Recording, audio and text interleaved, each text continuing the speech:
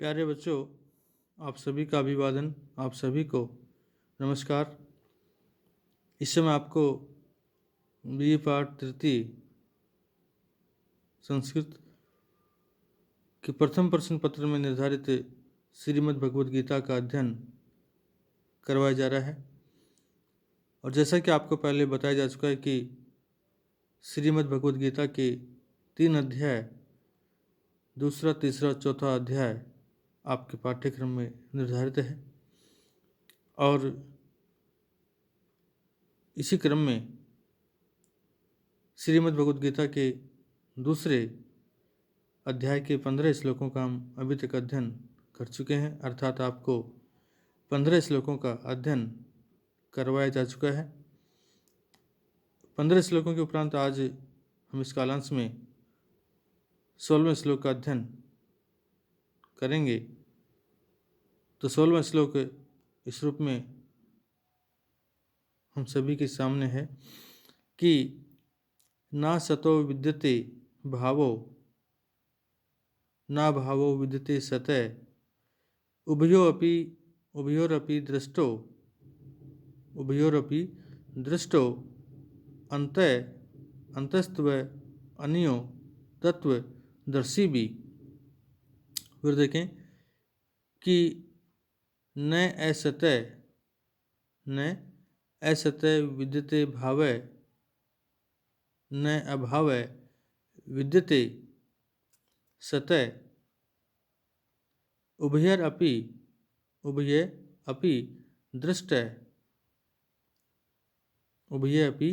दृष्ट अंत तु अन्यो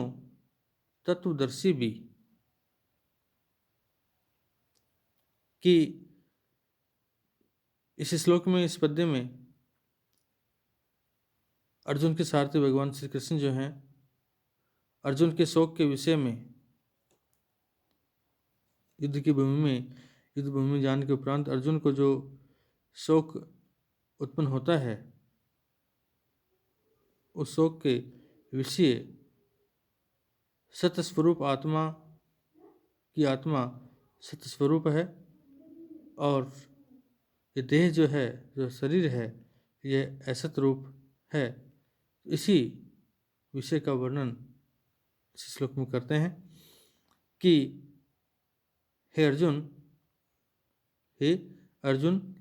असत अर्थात असत वस्तु का, जो वस्तु असत है, जिसका भाव नहीं है, तो ऐसी असत वस्तु का कदाचित कभी भाव जो है अर्थात अस्तित्व न विद्यते नहीं होता है, अर्थात उसका भाव, उसकी सत्ता कभी देखने को नहीं मिलती है। तो और सत वस्तु का, जो सत्वस्तु है, उस सतस्वरूप वस्तु का अभाव है, जो है अभाव, कदाचित उसका अभाव न विद्यते नहीं होता है, अर्थात उस सत्स्वरूप वस्तु का कभी भी अभाव नहीं देखने को मिलता है। और अन्यो तो इस प्रकार अन्यो इन उभयो दोनों, इस प्रकार इन दोनों का भी अंत जो रहस्य है, क्या रहस्य, कि असत वस्तु का कभी अस्तित्व नहीं होता है और सत वस्तु का कभी अभाव नहीं होता है। तो इस प्रकार अन्यो उभयो, इन दोनों ही का अंत जो रहस्य है, वह रहस्य तत्वदर्शी भी दृष्ट है। तत्वदर्शी भी, तत्व का दर्शन करने वाले, जिन्होंने तत्व का दर्शन कर लिया है, ऐसे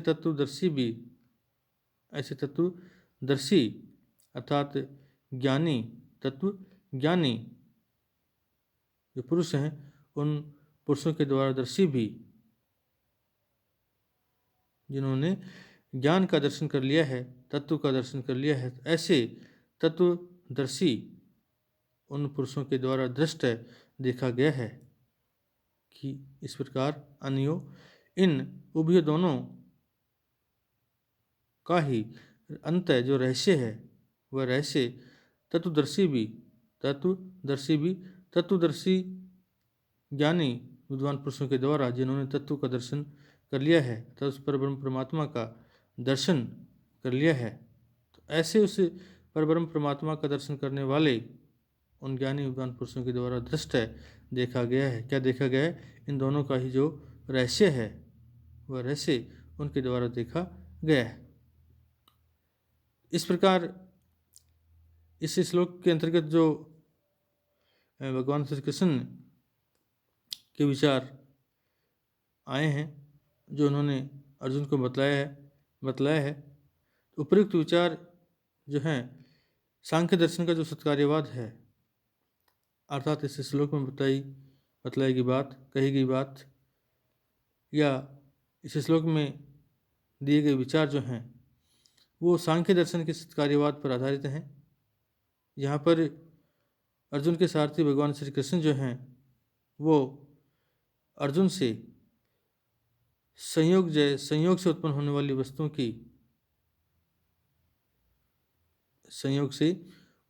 वाली वस्तुओं की अनित्यता और आत्मा अनात्मा विषयक सत्य मिथ्यात्व जो है उसका निराकरण करते हैं और कहते हैं कि शीत उष्ण आदि सर्दी गर्मी सब जो हैं ये विकार हैं, और विकार जो होता है वह सदैव बदलता रहता है, परिवर्तित होता रहता है, क्योंकि उस विकार का उत्पन्न होने से पूर्व और उसका नाश होने के बाद कोई अस्तित्व नहीं रहता है। अर्थात उत्पत्ति से पूर्व और विनाश के बाद उस विकार का कोई अस्तित्व ही नहीं रहता है। और इसी कारण इन विकारों की वस्तुतः न होते हुए भी अर्थात ये विकार जो वस्तुतः न होते हुए भी मृग रचना की भांति मिथ्या प्रतीत होते रहते हैं, अतः इनकी मिथ्या प्रतीति होती है। अतः इसीलिए हे अर्जुन आपको इन्हें सहन करना चाहिए। इस श्लोक में असतः पद जो है परिवर्तनशील शरीर, इंद्रिय और इंद्रियों के विषय सहित जड़ वर्ग का वाचक बतलाया गया है। सतः जो पद है यहाँ परमात्म तत्व का वाचक है, जो परमात्म तत्व सर्वव्यापी है और नित्य है, अर्थात इस जगत के कण कण में वह विद्यमान है, निहित है। उसका अभाव अर्थात उसका किसी भी काल में अभाव नहीं होता है, उसका सदैव भाव रहता है। इसी कथन से यह भाव दिखलाया गया है कि उसका कभी किसी भी निमित्त से परिवर्तन या भाव नहीं होता है, वह सदैव एक रस अखंड और निर्विकार रहता है। इस तरह से 16वें श्लोक का आपको अर्थ करवाया गया। इसके उपरांत हम देखते हैं कि 17वां श्लोक जो है कि अविनाशी तु तद विद्धि येन सर्वमिदं तत्तम विनाशम अव्ययस्य न कश्चित् कर्तुम अर्हति। कि विनाशम अव्ययस्य न कश्चित् कर्तुम अर्हति। पुनः अर्जुन के सारथी भगवान श्री कृष्ण कहते हैं कि जो वस्तु सदैव रहती है इसका भाव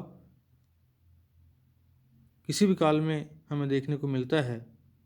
अर्थात हर समय इसकी सत्ता जिसका भाव हमें देखने को मिलता है। तो सदैव रहने वाली वस्तु सत होती है, सत स्वरूप है, तथा असत्य या मिथ्या वस्तु की सत्ता नहीं होती है, जिस वस्तु का भाव नहीं है। तो ऐसी असत्य या मिथ्या वस्तु की जो सत्ता नहीं होती है, इस बात का कथन करने के उपरांत पश्चात पुनः भगवान श्री कृष्ण अर्जुन से सत्य और असत्य के स्वरूप का स्पष्टीकरण देते हुए कि सत्य का स्वरूप क्या है और असत्य का स्वरूप क्या है, इसको स्पष्ट रूप से बताते हुए अर्जुन से कहते हैं कि हे अर्जुन, तू अविनाशी अर्थात नाश से रहित होकर, कि अर्जुन तू तू जो है अविनाशी, विनाश से अर्थात नाश से रहित होकर, और तत् उस आत्मा को विद्धि, जान अर्थात उसको जान, उसको पहचान, कि येन जिसके द्वारा अथवा जिससे इदम सर्वम इदम यह है सर्वम संपूर्ण, तत्तम जिसके द्वारा यह संपूर्ण प्रपंच तत्तम व्याप्त हो रहा है, कि येन जिसके द्वारा अथवा जिससे इदम सर्वम यह संपूर्ण प्रपंच जो है वह तत्तम व्याप्त है अथवा व्याप्त हो रहा है, या जो है ओतप्रोत हो रहा है, और अस्य इस अव्यस्य अविनाशी, अस्य इस अव्यस्य अविनाशी का विनाशम कर्तुम, विनाश करने के लिए कश्चित न रति, कोई भी योग्य नहीं है, कोई भी समर्थ नहीं है, कश्चित कोई भी न रति या रति ने समर्थ, रति योग्य, सक्षम अथवा समर्थ न नहीं है, यस्य इस अव्यस्य अविनाशी का विनाशम कर्तुम, विनाश करने के लिए, विनाश करने के लिए कश्चित कोई भी अर्हति ने समर्थ नहीं है, सक्षम नहीं है अथवा योग्य नहीं है। फिर देखें कि हे अर्जुन, तू अविनाशी अर्थात विनाश या नाश रहित होकर, और तत् उस आत्मा को विद्धि, जान, उसका ज्ञान प्राप्त कर, येन जिसके द्वारा इदम यह सर्वम संपूर्ण प्रपंच तत्तम व्याप्त हो रहा है या ओतप्रोत हो रहा है, और अस्य इस अव्यस्य अविनाशी नाश रहित का विनाशम कर्तुम, विनाश करने के लिए, विनाशम विनाश अथवा नाश कर्तुम करने के लिए कश्चित कोई भी अरति ने समर्थ नहीं है, योग्य नहीं है। तो इस तरह से इस श्लोक के अंतर्गत बतलाई गई जो बात है कि अविनाशी अथवा नाश रहित इस आत्मा का विनाश करने में या विनाश करने के लिए कोई भी सक्षम नहीं है, अर्थात क्योंकि वह सत्स्वरूप है, और जो सत्स्वरूप है उसका नाश संभव नहीं है। इसलिए अर्जुन, उस सत्स्वरूप को, उस सत्स्वरूप आत्मा को आपको भली भांति जान लेना चाहिए, और जिसके द्वारा ही अथवा उसके द्वारा ये संपूर्ण संसार, संपूर्ण प्रपंच जगत ओतप्रोत है, और उस अविनाशी का विनाश करने के लिए कोई भी समर्थ नहीं है। तो इस तरह से इस श्लोक में बतलाई गई अथवा कही गई जो बात है, दिए गए विचार जो हैं, वो दर्शन शास्त्र में, इसका दर्शन शास्त्र में एक बहुत अच्छा उदाहरण जो प्राप्त होता है, ये मिलता है कि रज्जु में सर्प की भ्रांति, रज्जु में अर्थात रस्सी में जो सर्प की भ्रांति होती है कि यह सर्प है या फिर रस्सी है, यहाँ स्पष्ट है कि ऐसा स्वरूप सर्प का कदाचित भाव नहीं होता है। रज्जु में जो सर्प की झूठी भ्रांति होती है, तो उसका स्पष्टीकरण देते हुए बतलाया गया है कि ऐसा स्वरूप सर्प का कदाचित भाव नहीं होता है, क्योंकि रस्सी में सर्प की भ्रांति होती है, जबकि सर्प वहाँ पर होता नहीं है। तो सर्प की उपस्थिति या जो भाव वहाँ पर अपने आप में असत है,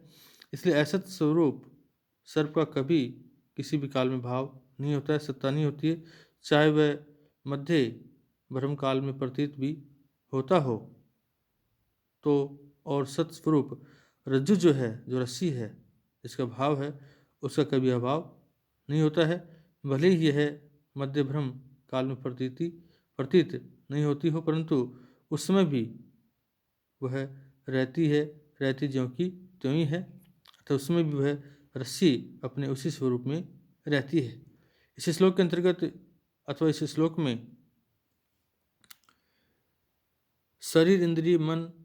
भोगों की सामग्री और भोग स्थान आदि समस्त जड़ वर्ग का वाचक यहाँ जो सर्वम है, जो सर्वम शब्द आया आपका, उसके सहित इदम पद है कि समस्त जड़ वर्ग का वाचक यहाँ सर्वम के सहित इदम पद है।